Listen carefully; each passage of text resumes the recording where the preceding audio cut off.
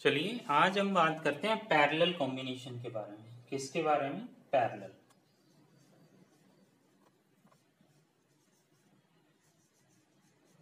Parallel combination, ठीक है, इसको अच्छे से समझते हैं। पैरेलल कॉम्बिनेशन क्या होता है? देखिए, पैरेलल कॉम्बिनेशन को करने के लिए हम एक पहले एग्जांपल देखिए। ये मैंने एक रेसिस्टर लिया, ठीक है, दूसरा, ये हमारा तीसरा, इनको हमने जोड़ा किससे? 20 वोल्ट की बैटरी से। अब देखिए, इसको हमने नाम दिया R1, इसको नाम दिया R2, इसको नाम दिया R3। ये हमारी 20 वोल्ट की बैटरी होगी और ये हमारा स्विच हो गया। बैटरी B है, 20 वोल्ट की है। क्लियर? अब देखिए, अगर इसमें करंट पास होगा तो इसमें V की वैल्यू क्या होगी? सेम होगी, क्योंकि ये सभी एक ही पॉइंट से जुड़ रहे हैं। और इसमें जो करंट पास होगा वो I पास हो रहा है। इसमें जो करंट आएगा I1, इसमें जो करंट आएगा वो I2 आएगा, इसमें जो करंट आएगा वो I3। अब आप समझिए कि पैरेलल कॉम्बिनेशन किससे कहते हैं। देखिए, डेफिनेशन रटने की बजाय अगर हम समझेंगे कि हमने 3, 4 मैक्सिमम जितने मर्जी आपकी इच्छा उतने रेसिस्टर ले सकते हो। ये हमारा R1 है, ये हमारा R2 है, ये हमारा R3 है। इन तीनों रेसिस्टर का जो फर्स्ट पॉइंट है, ये फर्स्ट पॉइंट है ना, ये सभी कहां से जुड़ा हुआ है? ए पॉइंट से। मींस R1, R2 और R3 जो रेसिस्टर हैं, इन सब का जो फर्स्ट पॉइंट है वो किससे जुड़ा हुआ है? ए पॉइंट से। और R1, R2, R3 का जो सेकंड पॉइंट है वो किससे जुड़ा हुआ है? बी पॉइंट से। तो उसे हम पैरेलल कॉम्बिनेशन कहते हैं। मींस जितने भी रेसिस्टर होंगे उन सबका फर्स्ट पॉइंट ए पॉइंट से या किसी एक बिंदु से, और जो सेकंड पॉइंट है वो दूसरे बिंदु से, मतलब सभी सेम पॉइंट से जुड़ा हुआ हो, उसे हम कौन से किससे नाम से जानते हैं? पैरेलल कॉम्बिनेशन के नाम से जानते हैं। क्लियर हो गया? अब इसमें ये B वोल्ट की बैटरी से जुड़ा हुआ है, तो इसलिए इसमें V की वैल्यू वोल्टेज सेम रहेगी, लेकिन I की वैल्यू क्या हो जाएगी? डिफरेंट हो जाएगी। क्लियर? पिछले जो वीडियो में हमने बात की थी सीरीज कॉम्बिनेशन में, सीरीज कॉम्बिनेशन में वोल्ट की वैल्यू अलग अलग थी, यहाँ पे इलेक्ट्रिक करंट की वैल्यू अलग अलग है। तो इसलिए हम यहाँ पे टोटल I फाइंड आउट करेंगे। क्या फाइंड आउट करेंगे? Total I। तो टोटल I किसके इक्वल हो जाएगा? I1, I2 plus I3। Clear? अभी हमने क्या पढ़ा था? V इक्वल क्या होता है? IR। कहां से आया हमारे पास? ओम्स लॉ से, है ना? क्लियर? चलिए, देन V1 इक्वल क्या हो जाएगा? V1 तो है ही नहीं ना, तो हमने क्या फाइंड आउट करना? I फाइंड आउट करना। तो I इक्वल क्या हो जाएगा? V अपॉन में R। Then I1 equal V upon में R1, I2 equal V upon में R2, I3 equal V upon में R3। क्लियर? समझ आ गया आपको? क्योंकि V की वैल्यू सेम थी, इसलिए मैंने सिर्फ I की वैल्यू फाइंड आउट की है। अब ये इक्वेशन 1 है, इक्वेशन 2 है, इक्वेशन 3 है। इन सब से I की वैल्यू हम इसमें पुट करेंगे। तो I इक्वल क्या होता है? V upon R, then V upon में R1, V अपॉन में R2 प्लस V अपॉन में R3। क्लियर? V अपॉन में R, देन आगे हमने क्या किया? V को कॉमन ले लिया, देन 1 अपॉन में R1, 1 अपॉन में R2, 1 अपॉन में R3, बंद किया। V से V कैंसिल किया हमने, तो इक्विवेलेंट रेजिस्टेंस कितना आ गया? 1 अपॉन में R1 प्लस 1 अपॉन में R2 प्लस 1 अपॉन में R3 dash dash dash 1 upon में Rn। क्लियर हो गया आपको? हमने सबसे पहले क्या किया? 3 रेसिस्टर लिए, इन तीनों का जो फर्स्ट पॉइंट था वो एक पॉइंट से, जो सेकंड पॉइंट था इनका एक पॉइंट से जोड़ दिया। A और B को हमने बैटरी से कनेक्ट कर दिया। देन इसमें I इलेक्ट्रिक करंट पास होगा। कब होगा? जब हम इस स्विच को ऑन करेंगे। हमने I इलेक्ट्रिक करंट पास करवाया, तो R1 रेसिस्टर में I1 इलेक्ट्रिक करंट आया, R2 रेसिस्टर में I2 इलेक्ट्रिक करंट आया, R3 रेसिस्टर में I3 इलेक्ट्रिक करंट आया। क्लियर हो गया आपको? चलिए अब हम आगे बात करते हैं कि पैरेलल कॉम्बिनेशन किसे कहते हैं। पैरेलल कॉम्बिनेशन वो कॉम्बिनेशन जिसमें सभी रेसिस्टर का फर्स्ट पॉइंट है वो एक पॉइंट से और जो इसका सेकंड एंड है वो एक पॉइंट से जुड़ा हुआ होता है। इसके अंदर आई की वैल्यू डिफरेंट थी तो हमने आई की वैल्यू फाइंड आउट की है। आई इक्वल टोटल आई, हमने टोटल इलेक्ट्रिक करंट सर्किट का फाइंड आउट करना चाहते हैं। देन हमने क्या किया, I equal I1 plus I2 plus I3 किया। V इक्वल क्या होता है I R, I equal V upon में आर हमें कहां से आया, ओम्स लॉ से आया। Then I1 equal V upon R1, I2 equal V upon R2, I3 equal V upon R3। तो इन दोनों की तीनों की वैल्यू हमने फर्स्ट पॉइंट में रख दी। देन V अपॉन में R1 इक्वल V अपॉन में R2 प्लस V अपॉन में R3 प्लस V अपॉन में कर दिया हमने। देन हमने V को क्या किया, कॉमन ले लिया। V को कॉमन लेने के बाद 1 अपॉन में R1 प्लस 1 अपॉन में R2 प्लस 1 अपॉन में R3 और देन V से V cancel. Then R equal R1 1 upon में R1 प्लस 1 अपॉन में R2 प्लस 1 अपॉन में R3 डैश डैश 1 अपॉन में R एन हमने कर दिया। इट मीन्स ये है कि पैरेलल कॉम्बिनेशन में जितने भी रेसिस्टेंस होते हैं, रेसिस्टर होते हैं, उन सब का रेसिप्रोकल का सम उनका इक्विवेलेंट रेजिस्टेंस कहलाता है। क्लियर हो गया आपको? उन सब का हमने रेसिप्रोकल किया फिर उनका सम किया, वो इक्विवेलेंट रेजिस्टेंस कहलाता है। क्लियर हो गया आपको?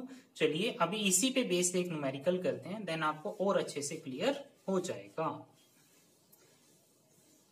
चलिए देखते हैं न्यूमेरिकल क्या कह रहे हैं। हमारे पास 3 ही रेसिस्टर हैं जिसमें R1 की वैल्यू हम मान लेते हैं, कितनी मान लें, 1 ओम मान लें।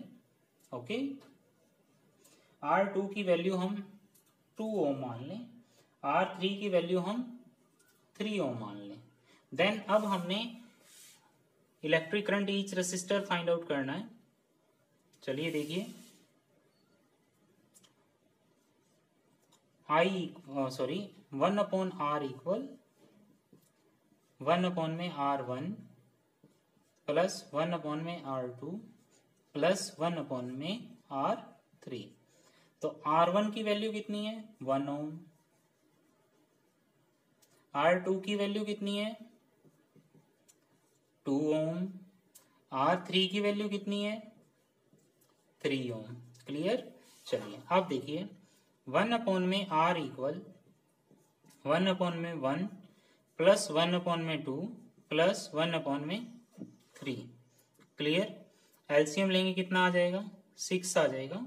देन यहाँ पे 6 प्लस 3 प्लस 2 इक्वल 11 अपॉन में 6 ओम। ये किसके इक्वल है, 1 अपॉन R के। तो R इक्वल क्या हो जाएगा, 6 अपॉन 11 ओम। क्लियर हो गया? R इक्वल क्या आ गया, 6 अपॉन में 11 ओम। और अब यहाँ पे जो बैटरी हमने लगाई वो 6 वोल्ट की लगाई, ठीक है। देन अब आगे देखिए, I इक्वल क्या होता है, V अपॉन R। V की वैल्यू कितनी है, 6। R की वैल्यू हमने कितनी निकाली, 6 अपॉन में 11। ऊपर चले गए, कट गए। देन I इक्वल क्या आ गया, 11 एम्पियर। क्लियर हो गया आपको? I इक्वल कितना आ गया, 11 एम्पियर करंट आ गया। चलिए अब आगे बात करते हैं हम इसको। अब हमने I1 फाइंड आउट करना है। I1 इक्वल V अपॉन में R1। देन V की वैल्यू कितनी है, 6। R1 की वैल्यू कितनी है, 1। देन आंसर कितना आ गया, 6 एम्पियर। ठीक है। I2 इक्वल V अपॉन में R2। V की वैल्यू कितनी है, 6। R2 की वैल्यू कितनी है, 2। देन कट किया, 3 एम्पियर। I3 की वैल्यू कितनी है, V अपॉन में R3 इक्वल 6 अपॉन में 3। कितनी आ गई, 2 एम्पियर। टोटल कीजिए, इसका कितना आ रहा है, 6 प्लस 3 प्लस 2 कितना आ गया 11 एम्पियर आ गया ना। और हमने स्टार्टिंग में आंसर कितना फाइंड आउट किया था 11 एम्पियर। मींस हमारा आंसर क्या है बिल्कुल एक्यूरेट है। अब आप देखिए कि अगर मैं यहाँ पे R की वैल्यू फाइंड आउट करूं तो 6/11 0.5 मान लें, है ना। तो देखिए कितनी आई, लगभग 0.5 आई। तो पैरेलल कॉम्बिनेशन का हम कब यूज करते हैं, जब हमने रेसिस्टेंस को क्या करना होता है, लो करना होता है, तो हम पैरेलल कॉम्बिनेशन का यूज करते हैं। सीरीज कॉम्बिनेशन का हमने क्यों यूज किया था, हमने रेसिस्टेंस को हाई करना था। लेकिन पैरेलल कॉम्बिनेशन में हमने रेसिस्टेंस को क्या करना है, लो करना है। इसके लिए हम किसका यूज करते हैं, पैरेलल कॉम्बिनेशन का यूज करते हैं। या हम ये भी चाहते हैं कि सभी रेसिस्टेंस को जितनी उनकी करंट की रिक्वायरमेंट है उसके अकॉर्डिंग करंट मिले।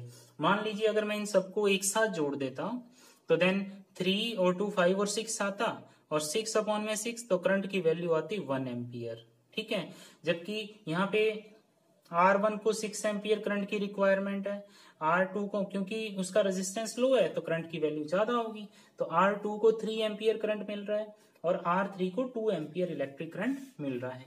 मींस हम सीरीज और पैरेलल कॉम्बिनेशन का यूज अपने हिसाब से करते हैं। यदि हमने करंट को इंक्रीज करना है तो पैरेलल का यूज करेंगे, और करंट को डिक्रीज करना है तो सीरीज का यूज करेंगे।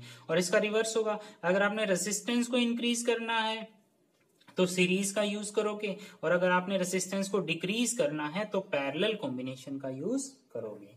चलिए इसी पे बेस्ड हम 2-4 न्यूमेरिकल करते हैं, बहुत ही अच्छे हैं, आपको अच्छे से समझ भी आएंगे। और अगर आपको ये टॉपिक अच्छे से समझ आ गया देन न्यूमेरिकल भी अच्छे से समझ आ जाएंगे, ज्यादा स्ट्रेस या प्रेशर लेने की आवश्यकता नहीं है। जैसे देख लीजिए ये एक है हमारा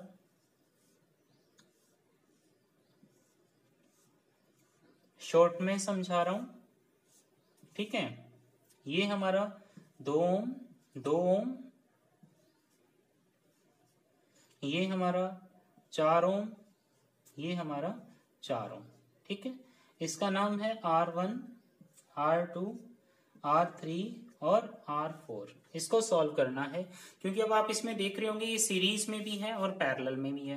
देखिए R1 R2 और ये पूरा एक सेट सीरीज में है, जबकि R3 और R4 किस में है, एक पैरेलल में है। तो हम सबसे पहले क्या करेंगे, कुछ पॉइंट उठा लेंगे जिसके हिसाब से इनको सॉल्व करेंगे। जैसे ये A पॉइंट मान लीजिए, ये B मान लीजिए। तो A और B के बीच में जितने भी रेसिस्टर हैं R3 एंड R4 कौन से कॉम्बिनेशन में है, पैरेलल में है। तो हम क्या करेंगे, मैं इसको सॉल्व करता हूं, R3 and R4 in parallel combination, so according to parallel combination R5 equal 1 में R3 प्लस 1 में R4, देन 1/4 प्लस 1/4 इक्वल 4 हमारा एलसीएम आ गया, देन 1 + 1 इक्वल 2/4, देन 1/2, ये है 1/R के इक्वल, देन R इक्वल क्या आ गया 2 ओम। क्लियर हो गया आपको, ठीक है। अब आप इसे देखिए, अगर मैं इसका नया डायग्राम बनाऊं तो इस प्रकार बनेगा।